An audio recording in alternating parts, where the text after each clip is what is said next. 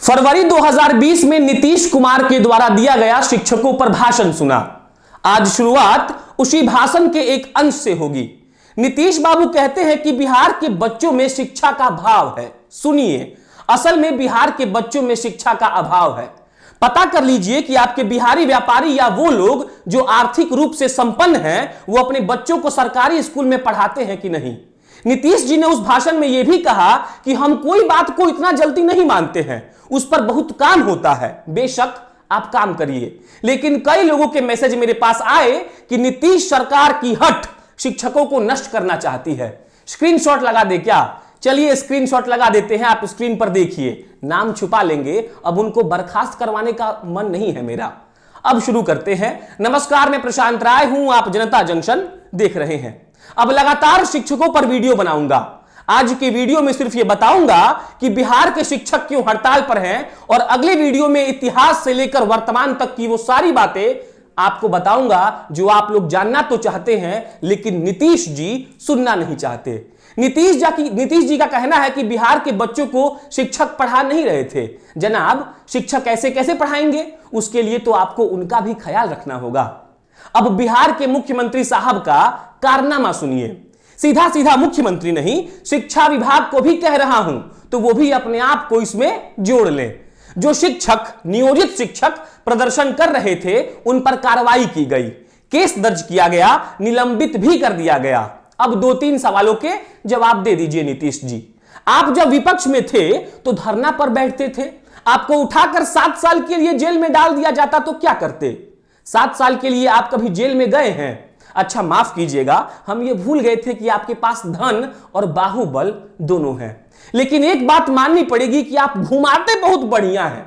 मतलब अनंत सिंह से कभी दोस्ती हो जाती है, कभी दुश्मनी।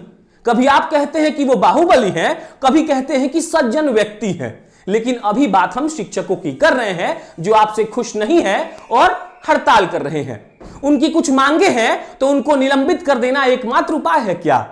नो वर्क नो पे वाला कार्यक्रम खूब अच्छा चल रहा है। अभी कोरोना के चलते मीडिया से भी कुछ लोगों को निकाला गया है। आप भी निकाल दीजिए, 2-3 लाख शिक्षकों को निकालिए। बेमतलब का ना सैलरी दे रहे हैं आप। ठीक बोले ना नीतीश जी? अच्छा मुख्यमंत्री जी, एक सलाह देना था आपको। आपने कहा था कि चाहे कुछ भी हो जाए, मैं नियोजित शिक्षकों को रेगुलर शिक्षकों के बराबर सैलरी नहीं दूंगा। साथ में यह भी कहा था कि सैलरी बढ़ाई जाएगी, लेकिन रेगुलर वालों के बराबर नहीं की जाएगी। ठीक है, सही बात बोल रहे हैं आप। लेकिन उसके बाद आपने यह कहा कि बिहार में आप और भी काम कर रहे हैं। क्या जल और नल को बंद कर दिया जाए? क्या रोड को बनाना बंद कर दी जाए? वैसे अगर जो दारू ब्लैक में मिलता है ना, उसका पैसा भी अगर जोड़ दिया जाए तो नियोजित शिक्षकों को दिया जा सकता है। आंकड़ा निकाल लीजिए कि कितने लोग पकड़े गए हैं। और मैंने सुना है कि आप बात बात पर सर्वे की बात करते हैं। करवाइए एक सर्वे, जहां से यह पता चले कि कितने ट्रक गोरखपुर से गोपालगंज में घुसते हैं, पूरे उत्तर प्रदेश से बिहार में। नेपाल का भी एक आध सीन हो तो पता करिए, और उसी का ऊपर का पैसा दे दीजिए। हम दबाव नहीं बना रहे हैं आप पर, खाली आपको सुझाव दे रहे हैं। अब मुद्दा पर आइए। 17 मार्च से ये नियोजित शिक्षक धरने पर हैं। इनकी मांग है कि इन्हें नियमित शिक्षकों के बराबर सैलरी मिलनी चाहिए। नियमित शिक्षक और नियोजित शिक्षक का पेच हम आपको अगले वीडियो में समझाएंगे।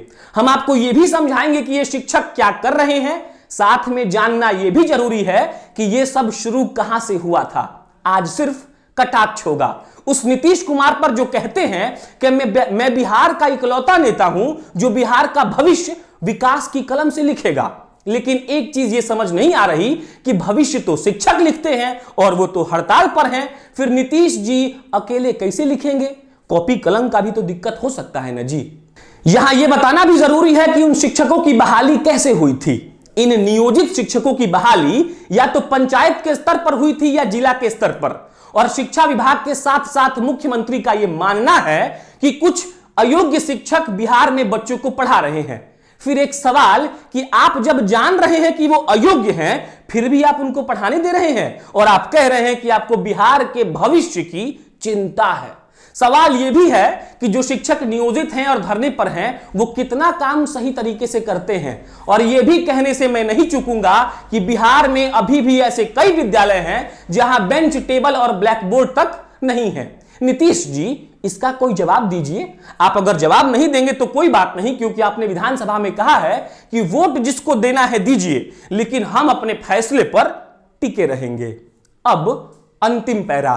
बिहार से होने के कारण मुझे पता है कि बिहार में शिक्षक कैसे काम करते हैं। ऐसा नहीं है कि मेरी मंशा सिर्फ सरकार को कोसना है, तो इस वीडियो में उन शिक्षकों पर भी सवाल उठा देता हूं। उनसे सवाल यह रहेगा कि आप प्राइवेट ट्यूशन कितना लेते हैं सर, और बंक मारकर कितना भागते हैं। आपको यह भी याद रखना होगा कि आपके सरकारी स्कूल में कितनी पढ़ाई होती है। 6 महीने पहले मैं बिहार गया था, गोपालगंज के एक प्राइमरी स्कूल में घुस गया। उस दिन मात्र 2 शिक्षक मौजूद थे। उस वीडियो का लिंक मैं डिस्क्रिप्शन में डाल रहा हूं, आप देख लीजिएगा। इसका जवाब अगर उन शिक्षकों के पास हो तो वो दे दें। जब मैं इस वीडियो की रिसर्च कर रहा था तो मुझे लोगों ने बताया कि शिक्षकों की मांगे तो कुछ हद तक जायज है, लेकिन जो शिक्षक करते हैं वो बिल्कुल नाजायज है। आपकी जिम्मेवारी है बच्चों को पढ़ाना, तो आपको इस जिम्मेदारी को सही तरीके से निभाना होगा। अगले वीडियो में मिलूंगा जिसमें कहानी की शुरुआत 2003 से होगी। राजद ने कैसे नौकरी देने के लिए नियोजित शिक्षकों की, आप शिक्षा मित्र भी कह सकते हैं, उनकी बहाली करनी शुरू की। फिर नीतीश जी आए और उन्होंने क्या क्या खेल किया, हड़ताल कब कब हुई, ये सारी जानकारी आपको इस सीरीज में मिलेगी। आप जनता जंक्शन देख रहे थे, मैं प्रशांत राय हूं, बहुत बहुत शुक्रिया।